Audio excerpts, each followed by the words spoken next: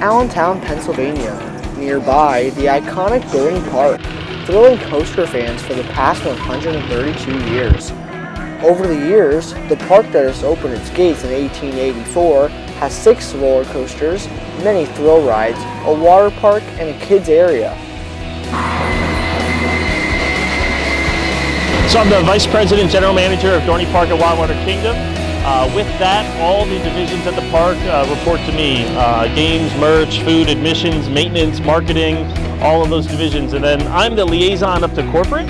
So I report on how the park is doing and work on operating budgets and plans for the future. So I started at Dorney Park back in 1992. I was a games operator. My first game was Whack-A-Mole. And I started here because my sister was working in merchandise and I had a ride to the park. So why not come work in a park? There was one roller coaster that really stuck out.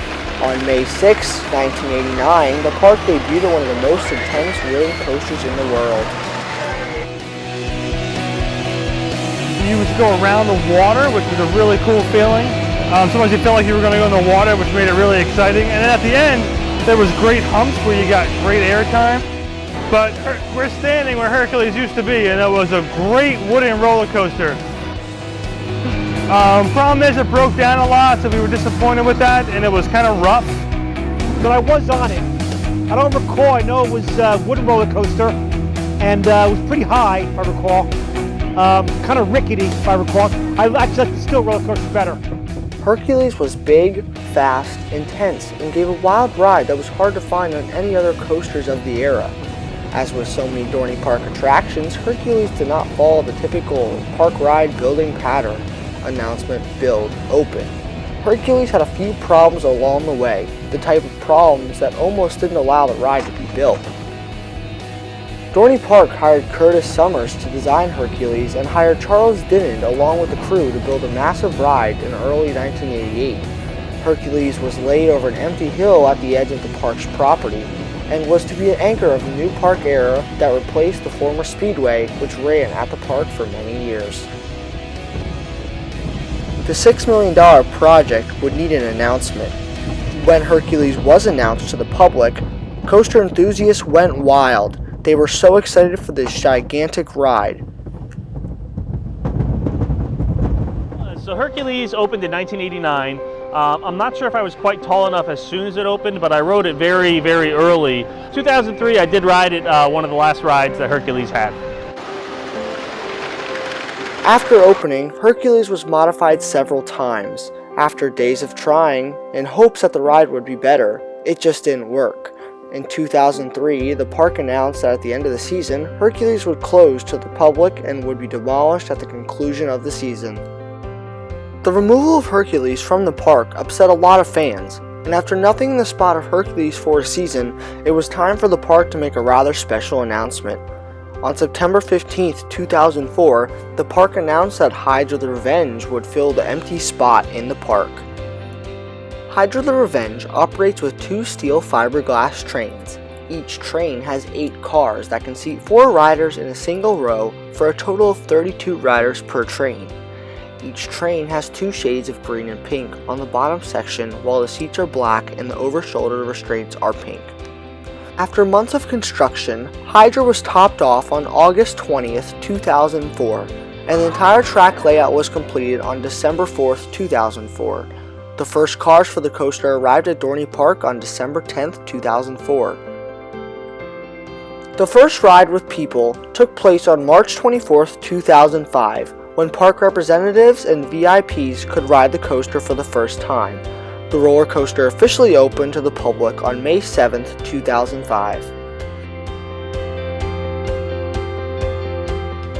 Hydra's track had a station placed nearly where Hercules Station was. However, it started off with a rather unique element named a JoJo roll.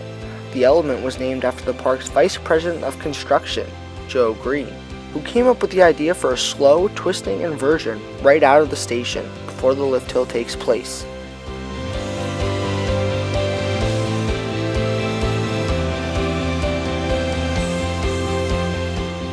Hydra's green track and turquoise supports are filled with sand to reduce noise.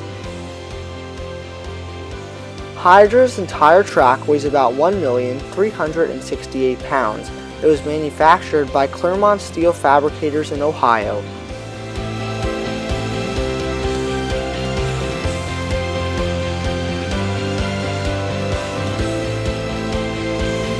So there's no such thing as a normal day. Every day is different. In season, it's a lot of being in the park, seeing what's happening in the park, evaluating results, and making changes on the fly. In the off season, it's a lot of planning and budgeting. Could be meeting with group sales clients and talking to them about coming to the park, or working on recruiting and marketing. It's like really good the entire ride. Like there's no parts of it that are bad. When it was opening, I thought it's close to Talon, but it's not quite there. I mean, I think it's a little quicker and it's a bit jerkier, which is why I don't like it as much as Talon. But I mean, all in all, it's a pretty good coaster. Once the floor drops and the front gates open, the train is dispatched, leading straight into the first element called the JoJo roll. Upon exiting the roll, the train makes a 180-degree right turn and begins to climb the 95-foot lift hill. Once at the top, the train drops 105 feet at a 68-degree angle. Then the train makes a slight right turn into a 62-foot inclined diving loop before going through a 0G roll. Immediately after the roll, the train enters the first of its two corkscrews. After exiting the corkscrew, the train goes through a cobra roll. After an upward left turn, followed by a downward right turn, the train flies over the JoJo roll, and then directly into an airtime hill under the lift and parallel to the station. Immediately after the airtime hill, the train enters a 40-foot corkscrew.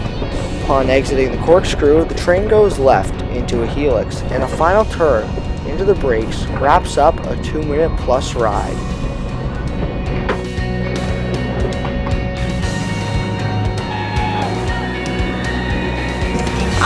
I like the beginning when it starts because it's slow and then all of a sudden you're just flying.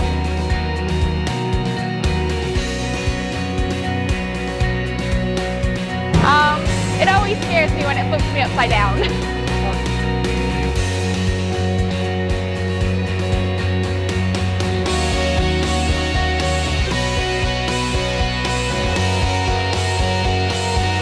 I would say you have to be adaptable because you never know what the day is going to bring. It could be a slow day, a busy day, rainy day. You might have to learn new systems. We're always evolving, new rides, new ideas, and being open to executing some exciting new things.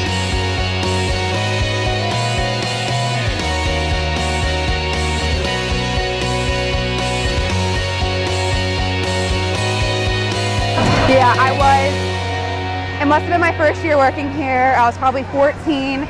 I just went on Talon for the first time and I was going to do them all at once.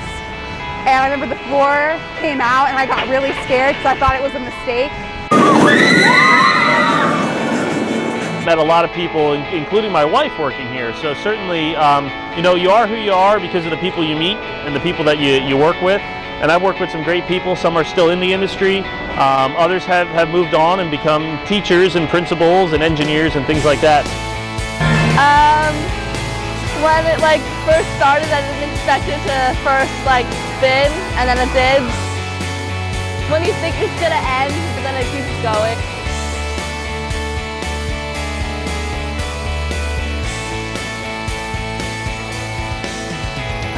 It's definitely the one that you go upside down the most.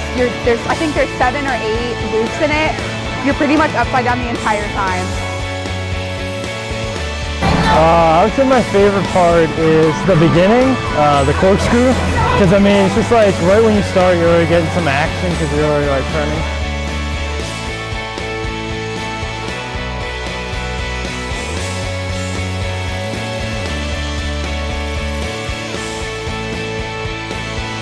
It's a sit-down coaster. It's short and sweet. It has a unique element of the Juju roll, which is right outside, right when you exit. And yeah, overall, it's a fantastic ride. Can't be beat. My favorite part is when you first leave the gate and they have the really slow corkscrew. It's really good. It's fast, very smooth. The first part of it, when you go upside down really slow, it's kind of unnerving, but it's good. It's nice.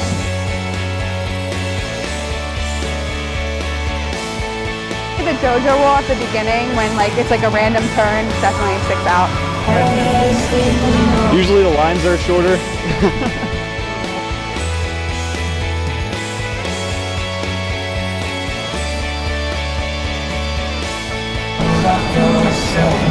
I wouldn't call Hydra scary, but in Dorney Park in general, I was one of the people who got stuck at the top of Steel Force for a couple hours when I was a kid.